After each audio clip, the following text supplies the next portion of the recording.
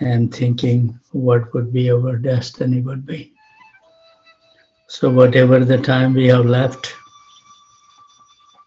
which we don't know how long we have, so we have to become serious whatever the time we have. So we will be continuing reading the Krishna book. Today we will be starting chapter 39, prayer by Akrura. Akrura offered his prayer as follows. My dear Lord, I here pay my respectful obeisances unto you, because you are the supreme cause of all causes and the original, inexhaustible personality Narayan. From your navel, a lotus flower grows, and from that lotus, Brahma, the creator of this universe, is born. Since Brahma is the cause of this universe, you are the cause of all causes. All the element of this cosmic manifestation, earth, water, fire, air, ether, ego, and the total material energy, as well as nature, the marginal energy, the living entities, mind, senses, the sense objects, and the demigods who control the affairs of the cosmos are all produced from your body. You are the super soul of everything, but no one knows your transcendental form. Everyone within this material world is influenced by the modes of material nature. Demigods like Lord Brahma, being covered by the influence of the material nature, do not exactly know your transcendental existence beyond the cosmic manifestations of the three modes of material nature. Great sages and the mystics worship you as the Supreme Personality Godhead, the original cause of all living entities, all cosmic manifestations, and all demigods. They worship you as all inclusive. Some of the learned Brahmanas also worship you by observing the ritualistic ceremony of the Rig Veda. They offer different kind of sacrifice in the names of different gods. And there are others also who are fond of worshipping transcendental knowledge. They are very peaceful and wish to give up all kind of material activities. They engage themselves in the philosophical search for you, known as Jnana Yoga. So there are devotees also known as Bhagavatas who worship you as the Supreme Personality of Godhead. After being properly initiated in the method of Pancharatra, they decorate their bodies with tilak and engage in worshipping your different forms of Vishnumurti. And there are other also known as Saivitis, follower of the different acharyas who worship you in the form of Lord Shiva. Akrura is really a realized personality, giving us wonderful explanation. It is stated in the Bhagavad Gita that worship of demigod is also indirectly worship of the Supreme Lord. But such worship is not orthodox, because the worshipable Lord is the Supreme Personality of Godhead, Narayan. Demigods such as Brahma and Shiva are incarnation of the material qualities. which are also emanations from the body of Narayan. Actually, there was no one existing before the creation except Narayan, the Supreme Personality of Godhead. The worship of a demigod is not on the level with worship of Narayan. Akrura said, he continued, although the minds of those who are devotees of the demigods are fixed on a particular demigod, because you are the super soul of all living entities, including the demigods. Worship of demigods indirectly goes to you. Sometimes, after flowing down from the mountains during the rainy season, small rivers fail to reach the sea. Some reach the sea and some do not. Similarly, the worshipper of the demigods may or may not reach you. There is no guarantee. Their success depends on the strength of their worship. Haribol. So the person who are really doing the demigod worship, they should see that I think Krishna can provide everything, even if you have the material desire. Akamaha sarva kamava, moksha kamo dardina. That intelligent person worship the Supreme Personality of Godhead. Whatever even that we need some material, we should approach Krishna. Because ultimately the demigod cannot give any benedictions on their own. They have to get it from Krishna ultimately. And the benefit of directly asking from Krishna, that Krishna may fulfill your material desire, but ultimately he will make sure that you become free from this material desire. That's the advantage of asking material things from Krishna. But if you ask from the demigod, they will give you and you will entangle more and more. Those desires will keep on burning in your heart, never satiated. So that's the problem with worshipping the demigods. And according to the Vedic principle, when a worshipper worships a particular demigod, he also conducts some rituals for Narayan, Yagneshwar. For it is mentioned in the Bhagavad Gita that demigods cannot fulfill the desire of their worshippers without the sanction of Narayan Krishna. The exact words used in the Bhagavad Gita are Mai eva vihitan hitan, which means that the demigods can award some benediction after being authorized by the Supreme Lord. When the demigod worshipper comes to his senses, he can reason as follows. The demigod can offer benediction only after being empowered by the Supreme Lord. So why not worship the Supreme Lord directly? Worshippers of the demigod may come to the Supreme Personality of Godhead, but others who take the demigod as all in all cannot reach the ultimate goal. So Akrura continued to pray, my dear Lord, the whole world is filled with the three material modes of nature, namely goodness, passion, and ignorance. Everyone within this material world is covered by these three modes, from Lord Brahma down to immovable plant and trees.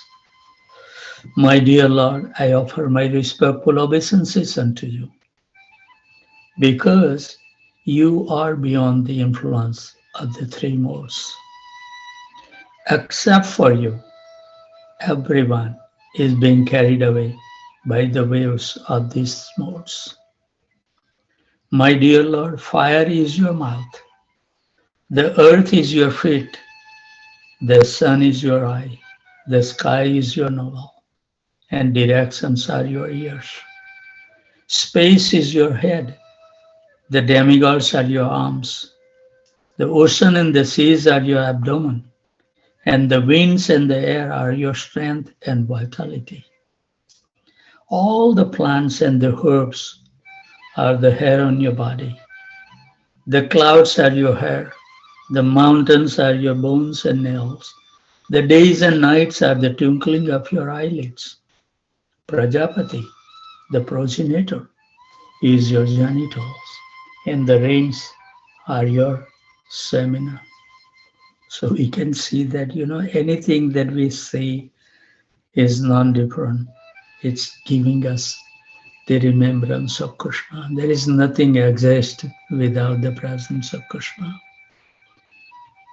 Akrura is opening up our eyes to see everywhere Krishna. My dear Lord, all living entities, including different grades of demigods, different grades of overlords, kings, and the other living entities, are supposed to be resting in you. As part and parcel of the big unit, one cannot know you by experimental knowledge.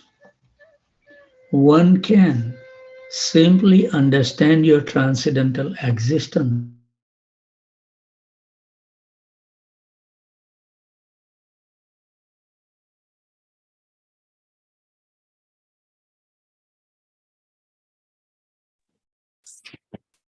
by experiencing your existence. We are muted. Whatever eternal form and incarnation you accept, and which appear in this world, are meant for relieving the living entities from their ignorance, illusion, and lamentations. All people, therefore, can appreciate the incarnations and pastime of your Lordship and eternally glorify your activities. No one can estimate how many forms and incarnation you have, nor can anyone estimate the number of universes that are existing within you. In Srimad Bhagavatam, all these incarnation and expansions are described. And at the end it says, Etachan Sakalaha Punsa Krishnastu Bhagwan Swam. So everything is emanating from the Supreme Lord. And Akrura is giving all this wonderful realization through his prayer. He continued, let me therefore offer my respectful obeisances unto the incarnation of fish who appeared in devastation.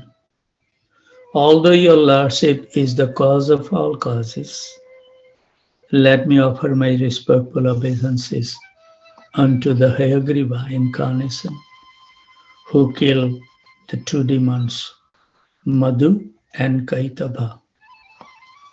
Let me offer my respectful obeisances unto you who appeared as the gigantic tortoise and held up the great mountain Mandara, and who appeared as the boar who rescued the earth planet which had fallen into the water or Garbhodak. Let me offer my respectful obeisances unto your Lordship, who appeared as Nrsimhadev, who delivered all kind of devotees from the fearful conditions of atheistic atrocities. Let me offer my respectful obeisances unto you, who appeared as Vamandev and covered the three worlds simply by expanding your lotus feet. Let me offer my respectful obeisances unto you, who appeared as the Lord of the Bhugus in order to kill all the infidel administrator of the world. And let me offer my respectful obeisances unto you, who appeared as Lord Ram to kill demons like Ravana. You are worshipped by all the devotees as the chief of the Raghu dynasty, Lord Ramchandra.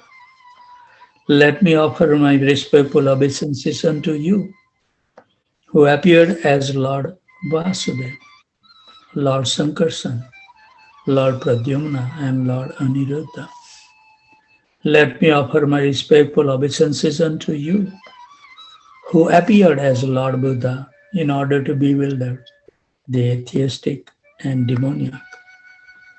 And let me offer my respectful obeisances unto you, who appeared as Kalki in order to chastise the so called royal order degraded to the abnormal conditions of the mlechas, who are below the jurisdictions of Vedic regulative principles.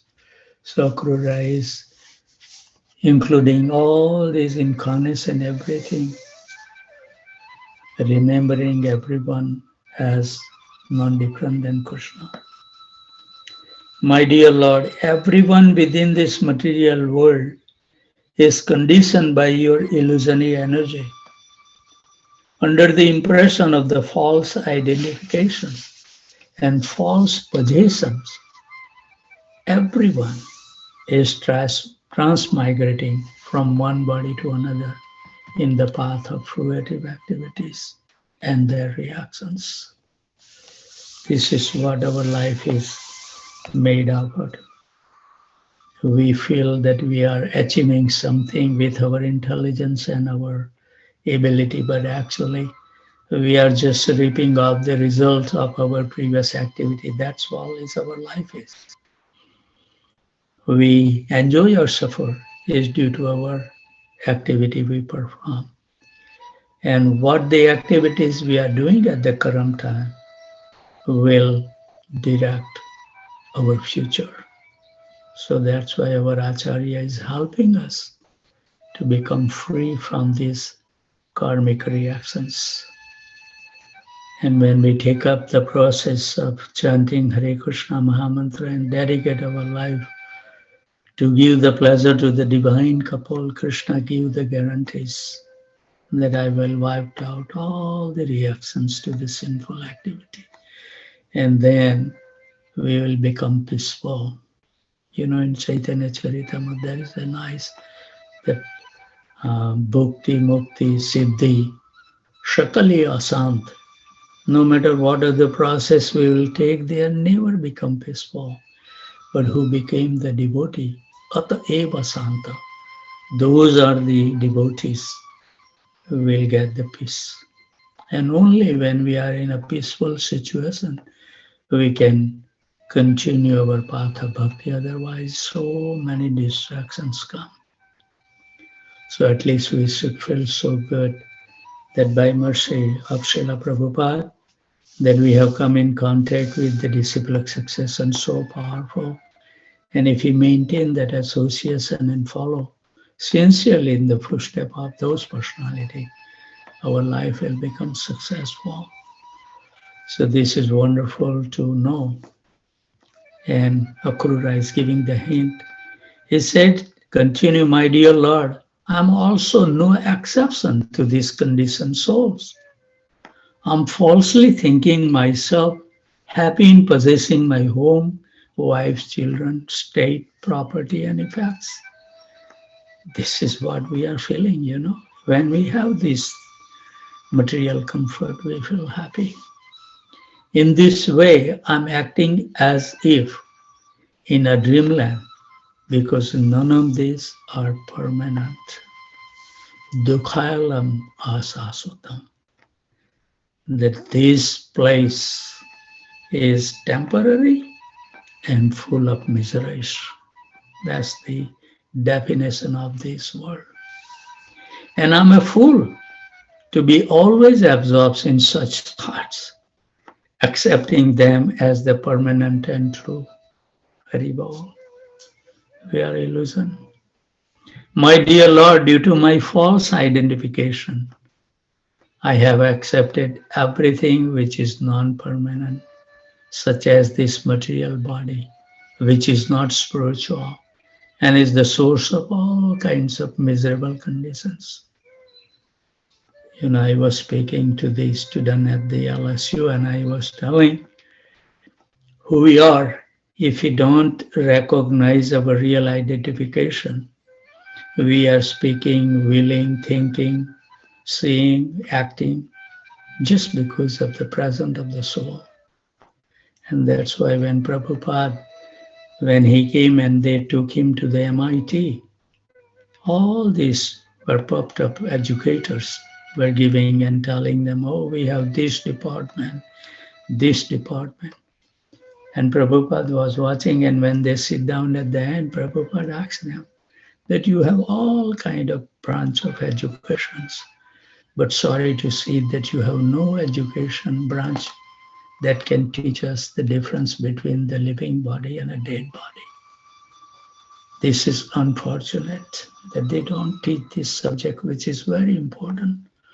So I was telling the students that if we will understand that I'm the spirit soul, then our activity should be related to make our soul happy. And we know for sure that material and spiritual never mix. Like take a bottle and you shake as much as you want, water and oil. As soon as you put the bottle, it gets separated.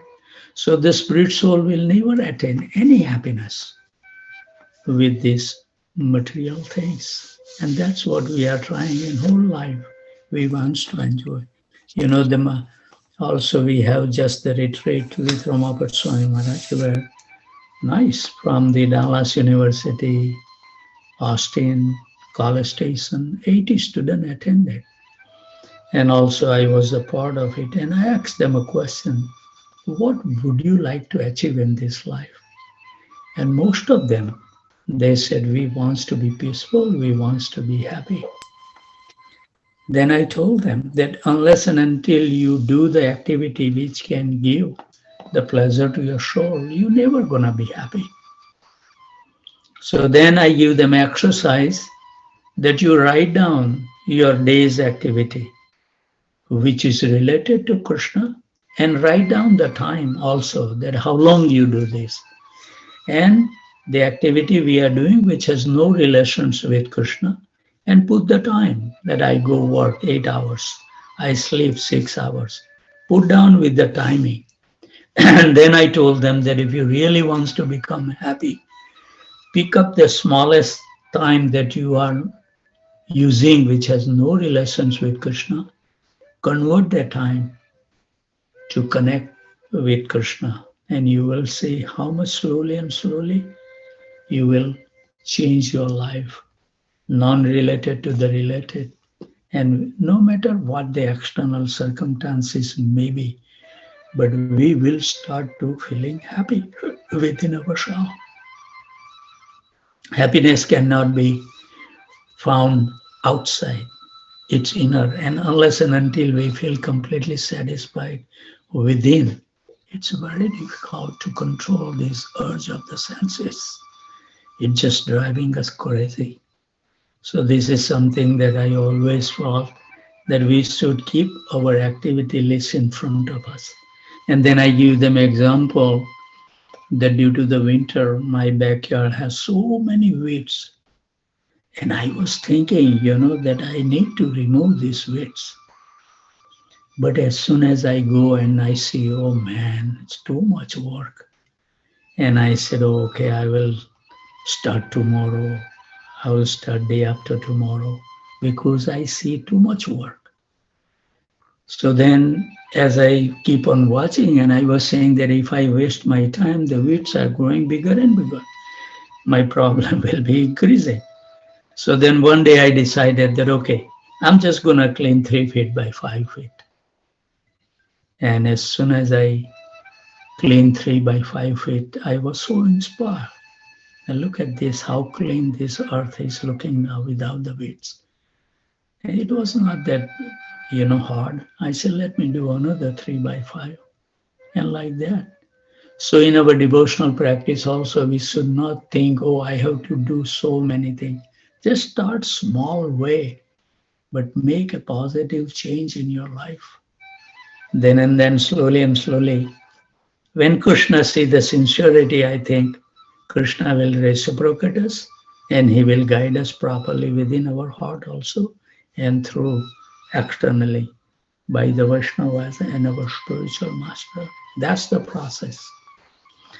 So Akrura says, my dear Lord, due to my false identification, I have accepted everything which is non-permanent, such as this material body, which is not spiritual and is the source of all kinds of miserable conditions. Being bewildered by such concept of life, I'm always absorbed in thought of duality, and I have forgotten you, who are the reservoir of all transcendental pleasure. So this is the thing. I'm bereft of your transcendental association, and I'm just like a foolish creature who goes in search of water in the desert, leaving the water spot, which is covered by water nourished vegetables. The conditioned souls wants to quench their thirst, but they do not know where to find the water. Haribol. Akrura is giving us all these wonderful instructions. They give up the spot where there is actually a reservoir of water, bhakti, and run into the desert where is the water, materialism, running after something. Oh, if I get this, if I get that, if I get this, if I get that, if I get this, if I get this, kids, we will feel so happy if we have a wonderful toy. As we grew up, our desire get changed. Oh, if I have something, then I will become happy. Then we become into the adulthood. Oh, I need to have a life partner. Then my life will busy and nice. So our desire and attractions keep on changing every moment. Nothing is permanent, but still we never learn our lessons. This is a very nice example is given. We know for sure that we are not gonna get the happiness, but still we striving to get the happiness to the same thing. So they give up the spot where there is actually a reservoir of water and run into the desert where there is no water.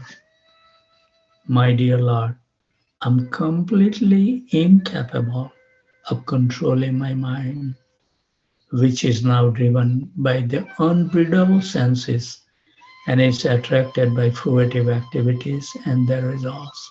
This is the essence of our life. Akurura is giving us. And that's why in Nectar of Instructions, Vacho Vegam Manasaha Krodha Vegam, that verse is there. And in the purport, Bhaktisiddhanta Saraswati Maharaj rightly says, all these identification, bodily identification, come through the uncontrolled senses. So unless and until we get the control, Bhaktisiddhanta Saraswati Maharaj says that you will never become free from the external energy of Krishna. So we should reduce our eating, we should reduce our sleep, we should control our senses. That's the only way we will be able to make certain advancement. Our Acharya says otherwise the external energy will keep on working and we will be always remain illusion. My dear Lord, I am completely incapable. This is something that we need to realize. I am servant of God and let me do something toward that natural conditions. We see that, Gajendra's story. He was powerful elephant, but the crocodile, even though is not that powerful, was able to defeat Gajendra.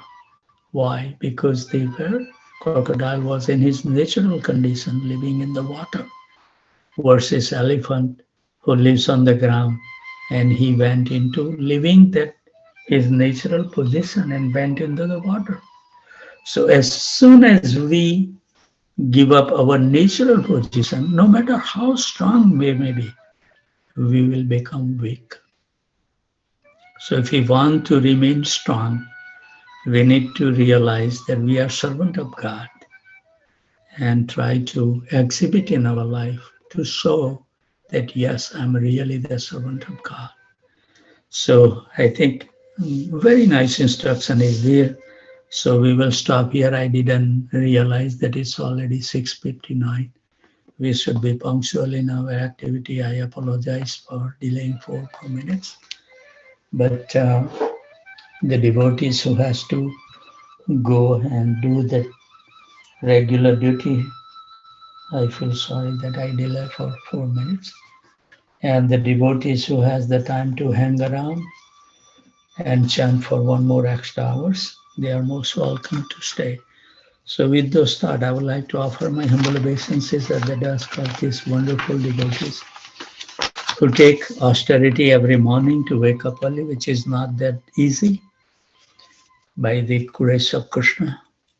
Those devotees I want to offer my humble obeisances at the dusk of their feet who joined from Connecticut, New Hampshire, Aurora, Illinois, New York, New Jersey, Virginia, Boston, Boise, Atlanta, Tempe, Phoenix, Austin, College Station, San Jose, Portland, Dallas, Detroit, Chicago, Naperville, Philadelphia, Charlotte, Baltimore, Baton Rouge, Alaska, Orlando, Jacksonville, Ohio, St. Louis, Loganville, Georgia, San Diego, Calcutta, New Delhi, Toronto, Alaska, Maine, New Orleans, Ottawa, Laguna Beach, Vancouver, Houston, and Ashburn, Virginia.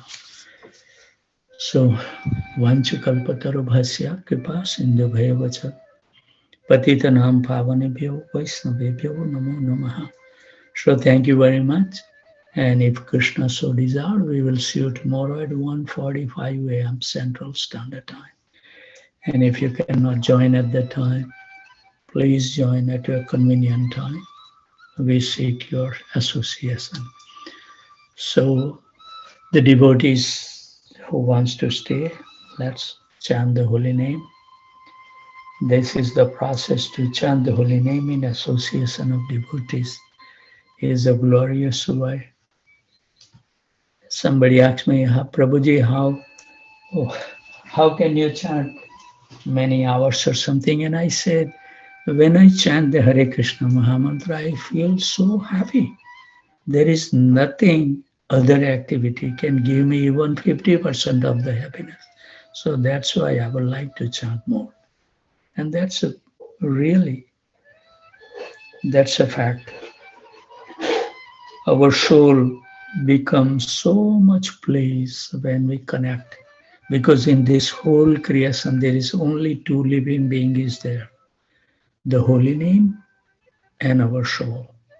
And somehow or other we need to learn the art to connect these two things, to become really happy, jubilant, and there should be no fear in our life because everything happens just by the will of Krishna, and we should have complete faith that He always do good for the devotees. So let's give our time to chant Hare Krishna Mahamantra until 8 o'clock. Hare Krishna, Krishna Krishna, Hare Hare. Hare Ram, Ram Ram, Hare Hare, Hare Krishna, Krishna Krishna, Hare Hare. Hare Ram, Ram Ram, Hare Hare, Hare Krishna, Krishna